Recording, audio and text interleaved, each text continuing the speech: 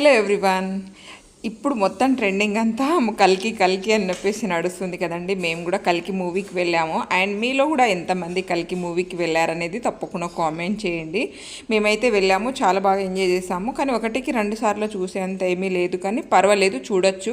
And పిల్లలైతే ఇంకా బాగా ఎంజాయ్ చేస్తారని చెప్పేసి అనుకుంటున్నాను నేనైతే. ఎందుకంటే ఆ మొత్తం గన్స్ కానీ ఇప్పుడు టెక్నాలజీలో ఎలా ఉంటుందో అదంతా చూపించారన్నట్టు. అందుకని చెప్పేసి పిల్లలైతే చాలా బాగా ఎంజాయ్ చేస్తారు. అండ్ ఈ మూవీ అంతా మహాభారతానికి సంబంధించిన మూవీ లాగానే అనిపించిందండి నాకైతే.